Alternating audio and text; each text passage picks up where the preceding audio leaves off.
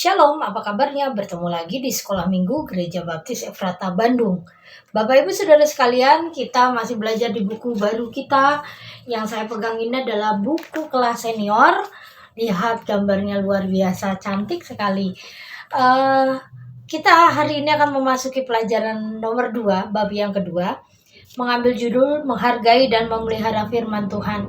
Mari Bapak Ibu Saudara sekalian dari kelas remaja, dewasa, dan senior, kita akan belajar dari Amsal 7 ayat 1 sampai 5. Amsal 7 ayat 1 sampai 5. Mari kita buka bersama-sama dan saya akan menolong membacakannya. Hai anakku, berpeganglah pada perkataanku dan simpanlah perintahku dalam hatimu. Berpeganglah pada perintahku dan engkau akan hidup. Simpanlah ajaranku seperti biji matamu. Tambatkanlah semuanya itu pada jarimu dan tuliskan itu pada loh hatimu. Katakanlah kepada hikmat, engkaulah saudaraku, dan sebutkanlah pengertian itu sanakmu, supaya engkau dilindunginya terhadap perempuan jalang, terhadap perempuan asing yang licin perkataannya. Bapak Ibu Saudara sekalian, mari kita berdoa.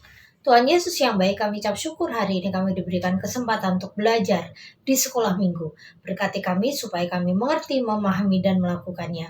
Dan hanya di dalam nama Yesus kami percaya berdoa, haleluya, amin. Bapak Ibu Saudara sekalian, pernahkah Bapak Ibu mengalami kesusahan dalam melihat? Misalnya kena iritasi, kena debu, atau kalau istilahnya orang Jawa itu bintitan gitu kan, di sini ada bengkak gitu kan, rasanya gatal tapi kalau digaruk perih sekali. Atau mungkin juga kalau bangun tidur, wah ini beleknya penuh, ternyata matanya tuh gatal gitu kan ya. Mungkin juga bisa juga yang teman-teman senior yang mengalami misalnya matanya sudah karena sudah berumur, jadi ada sedikit kataraknya, jadi harus dioperasi, jadi pandangannya tidak jelas. Saya juga mengalami kesulitan melihat sekarang. Ini kacamata saya sudah lama sekali, 5 tahun ini minus saya tidak pernah bertambah, 2 terus gitu kan. Nah, waktu saya operasi, saya mengalami, karena saya pakai sonde selama beberapa hari, dan saya juga tidak melakukan aktivitas apa-apa, cuma tiduran, istirahat, tidak melakukan. Jadi kurang lebih 1 bulan saya melepas kacamata saya. Jadi apa-apa saya melakukannya tanpa kacamata gitu kan. Jadi waktu saya habis untuk membaca, nonton handphone, atau aktivitas, saya nggak sesering dulu. Dulu kacamata ini lepas hanya karena saya tidur atau mandi. Tapi waktu saya sakit, saya lepas kacamata saya ini. Jadinya waktu saya sekarang pakai kacamata, saya masih bisa lihat jauh. Tetapi kalau saya membaca kayak Alkitab tadi, saya harus melepasnya gitu. Kok nggak jelas ternyata? Karena kebiasaan jelek saya yang melepas kacamata saya selama kurang lebih sebulan, saya mengalami mata plus. Jadi saya kalau membaca Alkitab atau membaca pesan di handphone, saya harus lepas kacamata minus saya dan saya baru bisa baca. Wah, ternyata sangat sulit sekali gitu loh. Saya mengalami beberapa hal yang tidak menyenangkan dan terhambat karena penglihatan saya yang sudah mulai terganggu. Saya menceritakan tentang ini bukan karena kita akan membahas kesehatan, tetapi membahas firman Tuhan tadi. Firman Tuhan tadi yang sama-sama kita baca mengatakan begini, simpanlah ajaranku seperti biji matamu. Jadi hari ini kita akan belajar tentang firman Tuhan itu. Kita diibaratkan, kita bermain perumpamaan hari ini. Perumpamannya adalah kita menjaga firman Tuhan seperti kita menjaga biji mata kita masing-masing. Tidak ada orang yang suka mencolok matanya sendiri, ya kan? Tidak ada orang yang suka kalau, wah ini tempat berdebu, mata saya mau debu-debuin gitu. Apakah ada yang seperti itu? Tentu tidak. Mata kita pasti kita jaga, kita rawat. Kalau ada iritasi, kita cepat-cepat pakai tetes mata, atau kita melakukan tindakan-tindakan medis supaya kita tidak terganggu dalam pemandangan. Bapak Ibu Saudara sekalian, firman Tuhan juga diharapkan Tuhan seperti itu. Seperti kita menjaga biji mata kita, begitu juga kita menjaga firman Tuhan. Kita hanya belajar 5 ayat saja, tetapi 5 ayat ini penuh dengan arti yang sangat luar biasa. Ayat yang pertama dan yang kedua tadi, menjaga firman Tuhan seperti biji mata, bahkan seperti menjaga hidup. Makanya tadi saya bacakan di sini ayat yang kedua, berpeganglah pada perintahku dan engkau akan hidup. Simpanlah ajaranku seperti biji matamu. Kalau kita tidak menyimpan firman Tuhan, kita nggak ada hidup. Hidup ini bukan hanya hidup bernafas, tetapi hidup yang Tuhan maksud adalah hidup yang berbuah. Bukan hanya hidup cuma menghasilkan daun, tapi hidup yang menghasilkan buah, yang menjadi berkat bagi orang lain. Jadi bagaimana kita menjadi berkat bagi orang lain kalau kita sendiri tidak mengerti bagaimana arti berkat sesungguhnya. Saya pernah menyampaikan firman Tuhan di jam doa. Banyak sekali orang yang beribadah hanya ingin diberkati. Ayo ibadah supaya engkau diberkati. Sering gak kita dengar gitu? Sering. Bahkan kita mengajarkan anak-anak kita, cucu kita, keluarga kita, ayo ibadah. Hari Minggu ibadah, biar diberkati. Ayo berdoa, supaya engkau diberkati. Jadi, alasan kita diberkati, bukan alasan. Alasan kita untuk beribadah adalah untuk diberkati. Padahal, kalau kita mengenal firman Tuhan, kita tuh beribadah sebagai wujud syukur kita. Bukan sebagai cara kita meminta berkat. Kalau kita tidak mengerti hal ini, kita akan menjadi main-main di dalam ibadah. Main-main dalam kekristenan kita. Kemarin saya menyampaikan firman Tuhan di Habatus tentang akhir zaman. Saya mengajarkan anak-anak bagaimana kita bisa masuk surga. Walaupun anak-anak di gereja Baptis Efrata sering kita ajarkan tentang imanlah yang menjadi alasan kita masuk surga. Bukan karena perbuatan baik, bukan karena banyaknya persembahan, bukan sesering apapun engkau ke gereja, bukan itu. Tetapi ini yang harus diulang-ulang. Banyak sekali orang Kristen yang berpikiran kalau kita memberi pada Tuhan, Tuhan pasti memberi pada kita. Kalau kita nurut firman Tuhan, kita akan masuk surga. Itu memang apa ya, sering kita dengar.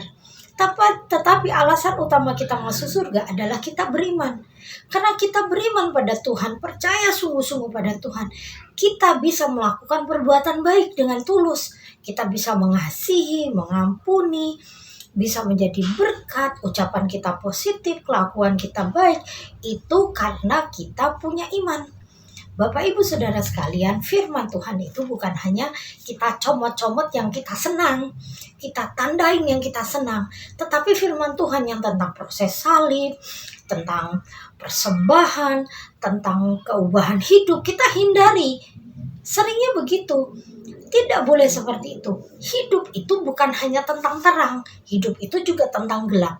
Hidup itu bukan tentang rasa manis saja, tetapi hidup juga tentang rasa pahit. Hidup itu bukan tentang tertawa, tapi hidup itu juga tentang menangis. Jadi semuanya imbang. Saat kita menghadapi kekelaman hidup, firman Tuhan mengatakan, kuatkan dan tegarkanlah hatimu. Jangan takut, jangan gentar. Tetapi waktu kita senang, Tuhan ingatkan kita supaya kesenangan kita itu tidak berlanjut. Banyak sekali nasihat-nasihat firman Tuhan yang ada di Alkitab kita. Makanya firman Tuhan hari ini mengingatkan kita, jagailah firman Tuhan seperti bagaimana kita menjaga mata kita. Ayat yang ketiga tadi juga kita diingatkan supaya seperti cincin gitu kan. Nah, orang Israel itu suka sekali memakai cincin materai di tangan kanannya, dan itu dijaga. Dan kalau kita lihat pernikahan, setiap orang yang menikah juga memakai cincin. Itu artinya sesuatu yang dibanggakan, sesuatu yang dibawa kemana-mana, sesuatu yang menjadi ingat-ingatan. Tuliskanlah itu dalam loh hatimu, firman Tuhan juga gini. Artinya disimpan di dalam hati. Ingat ya, iman itu tumbuh dari pendengaran akan firman Tuhan. Makanya kalau kita sering-sering mendengar firman Tuhan, hati kita akan menjadi tenang. Dan juga ingat bahwa Tuhan bilang begini, jagalah hatimu dengan segala kewaspadaan, karena disitulah sumber kehidupan. Mengapa firman Tuhan hari ini mengingatkan kita untuk mengingat firman Tuhan dalam loh hati? Karena loh hati kita inilah sumber kehidupan itu. Tuhan bertata dalam hidup kita. Tuhan hidup di dalam hati kita. Tuhan memenuhi hati kita supaya kita bisa hidup dalam perkenanan Tuhan. Kalau hati kita tidak dipenuhi dengan firman Tuhan, bagaimana kita bisa hidup benar di hadapan Dia? Saat menghadapi masalah, mungkin pikirannya sejengkal. Sudahlah, saya lagi emosi nih, udah selesaikan saat ini juga, entah terlewat kekerasan atau yang penting saya puas gitu kan. Beberapa minggu yang lalu saya diundang untuk menyampaikan renungan di PKMB, anak-anak remaja pemuda. Saya mengingatkan mereka tentang waktu. Saya ingatkan pada mereka bahwa masa muda ini cuma sejengkal. Masa muda itu cuma sebentar. Yang sebentar ini kalau engkau tidak bijaksana, engkau tidak akan mendapatkan kenyamanan hidup di masa tuamu. Banyak sekali anak-anak muda yang serampangan dalam hidupnya, menggampangkan segala sesuatu. Jadi pengennya serba instan, padahal sesuatu yang instan itu bukan yang baik gitu kan ya. Saya mengingatkan mereka biar bawa hidupmu di dalam Tuhan. Bawa kegiatanmu, salah satu kegiatanmu utama dalam melayani Tuhan. Supaya dari engkau muda, engkau punya kebiasaan baik, sampai engkau tua, engkau akan kuat di dalam Tuhan. Jadi kalau hati kita tidak dipenuhkan firman Tuhan, saat kita mengalami hal-hal yang sulit, kita akan sangat mudah mengambil keputusan yang instan, dan itu yang menjatuhkan kita lebih dalam lagi dalam dosa. Ayat yang keempat menggambarkan tentang nasihat supaya kita lebih akrab. Ya kan, ayat yang ini mengatakan gini, katakan pada hikmat, engkaulah saudaraku, dan sebutkanlah pengertian itu seperti sanakmu. Jadi kita dekat gitu kan, lebih akrab, mempribadi istilahnya seperti itu. Menyenangi firman Tuhan, mengasihi firman Tuhan, dan menjadikan pelindung dari godaan-godaan iblis. Ayat yang kelima, supaya kita juga mengingat, itu jangan sampai kita jatuh dalam dosa. Pengingat ini dan menjadi kekuatan kita untuk terus di dalam Tuhan. Bapak Ibu Saudara sekalian, saya sadari bahwa tahun 2024 ini banyak sekali prediksi-prediksi yang mengatakan bahwa tahun ini bukan tahun yang nyaman, bukan tahun yang baik, bukan tahun yang berlipat kali ganda. Banyak orang itu bilang. Tetapi saya ingin katakan kepada Bapak Ibu Saudara sekalian, selama ada Yesus dalam hidup kita, selama firman Tuhan itu menjadi pegangan hidup kita, kita akan melewati badai bersamanya. Kita akan melewati segala sesuatu bersama Tuhan. Tahun 2023 saja kita bisa lewati, apalagi tahun 2024. Tuhan lebih memberkati kita lagi dengan kekuatan baru. Berkat itu bukan soal uang, berkat itu bukan soal kesehatan saja, bukan soal tempat tinggal, bukan soal harta, kedudukan, bukan. Tapi berkat yang utama itu adalah kita hidup di dalam kehadirat Tuhan, dan kita mengalami damai sejahtera itu sendiri. Apapun keadaanmu saat ini, mulailah mempribadikan firman Tuhan. Baca Alkitab setiap hari. Mulai biasakan telinga untuk mendengarkan firman Tuhan. Biasakan mulut ini memuji dan memuliakan nama Tuhan, sehingga firman itu mempribadi dan menjadi kebiasaan kita, menjadi satu kepegangan kita. Saat kita mulai melangkah dari sesuatu yang menyimpang, Roh Kudus dan firman Tuhan itu akan mengingatkan di hati kita. Saya berharap Bapak Ibu Saudara sekalian memahami pelajaran kita hari ini dan bisa melakukannya dalam kehidupan sehari-hari. Jangan pernah putus asa, mari semangat di hadapan Tuhan. Mulai lakukan segala sesuatu yang Tuhan percayakan pada kita semua dengan tanggung jawab, dengan penuh kasih, dan dengan penuh sukacita, karena kita tidak tahu kapan Tuhan akan memanggil kita. Waktu yang sempit ini, mari kita terus menjadi berkat bagi banyak orang. Bapak Ibu Saudara sekalian, mari kita berdoa. Terima kasih Tuhan, Engkau mengingatkan kami untuk terus mempribadikan firman Tuhan dalam hidup kami. Ajari kami terus Tuhan Yesus hidup dalam hadirat-Mu. Kuasai kami terus Tuhan dalam keinginan kami Tuhan saat kami mulai menyimpang. Ingatkan kami Tuhan Yesus supaya kami bisa berjalan terus dalam rel kebenaran firman Tuhan. Dan hanya di dalam nama-Mu kami percaya berdoa. Haleluya. Amin. Selamat pagi, Tuhan Yesus memberkati.